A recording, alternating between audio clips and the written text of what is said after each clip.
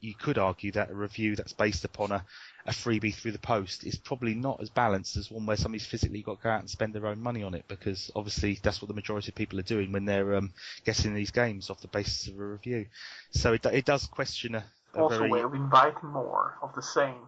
That's the argument we have about Andrew DaCosta, who's now an MVP of Microsoft, and once he receives those gifts, you cannot help but think, this person is going to say very nice things about the company because he's going to expect more. And they reward a certain behavior from a certain person whom they know is going to say mostly positive things about the company.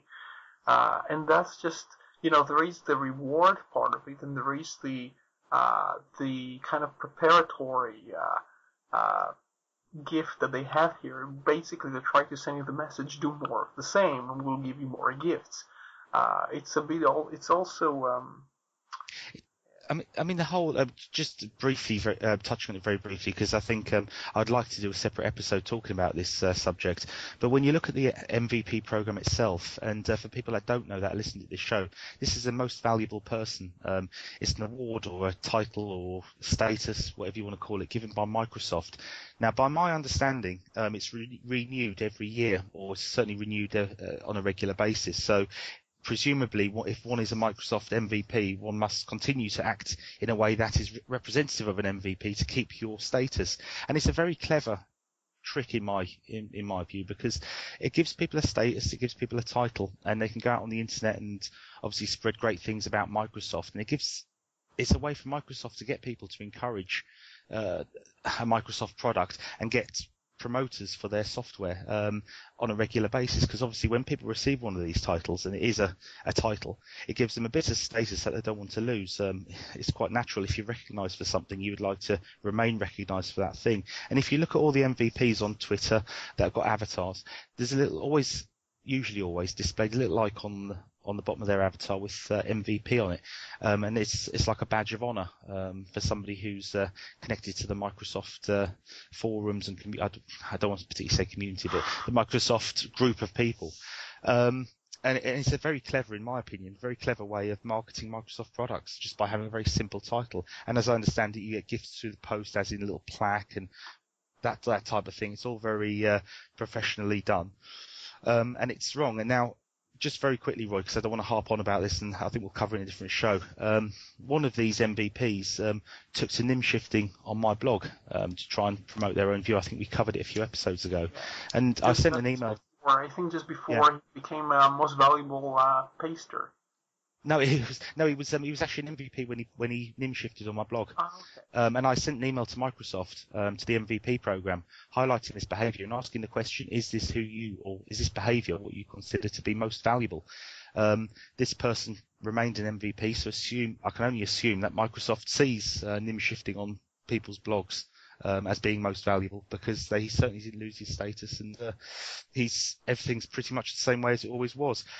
And that's why I challenge the project every time I can, with a couple of exceptions. And I think it's a shame, because there are some genuinely decent people who have got this title through being genuinely helpful and genuinely concerned about their fellow Windows users, and have received this title fairly. And I think they've been brought down by the vast majority of my experience, which seem to act in a way which is more of a promoter of Microsoft, not as a real human being who just happens to be using Microsoft products, which is what the MVP status, I thought, was all about. Anyway, I won't rant on about that at the moment, because we'll speak about that probably in far more detail when I've got some other news in relation to it. One episode we could have, speaking of the situation where a person is being paid in preparation for something else or after doing a certain thing. Have you heard the news about Turbo Hercules a few days ago? This is a company which was giving a lot of trouble to IBM and IBM's mainframes, which are based on GNU/Linux. And it turns out now Microsoft is paying them a lot of money behind the scenes very quietly. And this is basically something we were trying to show some months ago, and this is similar to what happened with SCO, where you have a company suing for, to Microsoft's benefit, but Microsoft paying them a lot of money later, or promising to insure them in terms of we'll first of all you sue, and then we give you some reward for doing that. And this just reminds me of the MVP situation where people are first of all trying to do something on the web to promote their interest, and then Microsoft gives them a certain gift for what they did.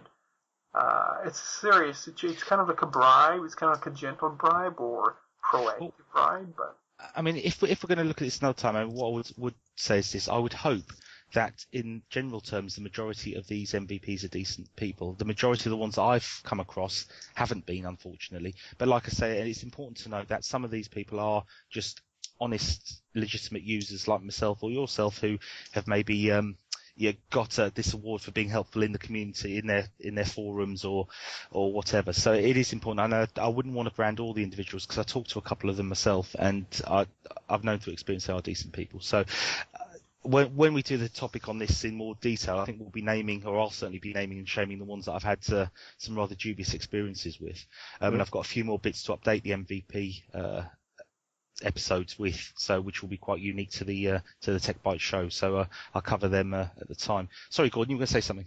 No, I was just going to say all this really fits under the banner that advertisers always try to catch your attention. They are desperate for eyeballs. They want your eyeballs. Not literally, but they want your eyeballs. So when we gradually, as consumers, get tuned out to different forms, different areas of advertising, they find all sorts of new ways to try and catch your attention. And one of the ways they found long ago was that blatant, if a message is seen to come from a company, it's seen to be biased. It's seen to be PR, not accurate. But if it's seen to come from a friend or someone who is another user, someone on your level, it breaks down that element of trust. And a lot of people, when you're talking to people online and they're saying, "Oh, I've seen this movie, you should check this out," generally speaking, they'll be talking to you for a long time anyway, and they will be at least online friends with you, or work colleagues or something, so that you can take that as a genuine recommendation, that there's no agenda behind that. It's when companies then start to do everything like the name shifting, like the setting up false blogs and things like that, pretending to be an average user, and it's not. It's someone sitting at a company using company resources, getting paid by a company to sit and churn out this stuff and behave like that, to pretend. It's very disingenuous. I found sorry, you go first. No, all I was going to say, Roy, I think we'll, because we're going to look at this on a separate subject, we've got quite a few other topics to cover. Just some brief news so we keep sort of a bit up to date with all the sort of main headlines before we go on to our main WikiLeaks discussion. I'm just going to try and inject some more. About half a year ago, I found out about, in the context of Microsoft, I found out about a sort of technique for PR agencies to try to intrude people's profiles and trying to kind of, borrow people's accounts, genuine people, and use them as spreaders of messages among their friends. And the way they sometimes do that, and they did this with Windows 7 as well, is to try to offer prizes to normal people to promote or to mention or to use a hashtag with a certain product, or to use this in Facebook. And the way it came to my attention was a certain person whose account became kind of like a marketing thing, and then all of his friends were exposed to that. And that's kind of a sick thing to do, basically turning people's username, real people, not fake users, giving them some way of transforming them into a marketing thing. So that's just a sort of a new technique that I came across. What we'll briefly do, because we start with Gordon kindly starting on his gaming story, so it slips nicely to this very quick piece of news, which just raised a few points that I want to make. And apparently it's Microsoft's 360's 5th birthday today. That in itself isn't particularly news. The interesting thing that I found is, especially on the site that I'm reading this review on, spong.com, they make the same comment that I do, that it's going to be 5 years more that the Xbox 360 is going to be in existence, which is a comment I made when I said that the Kinect was being brought in solely to drag the life of the 360 out a little bit longer. the other thing that's interesting about this, and it was a talking point we sort of touched on a few episodes ago, I'm looking at the user comments, and one of the things that seems to be a pretty common theme is that people that own an Xbox 360 haven't just owned one, and most of them have owned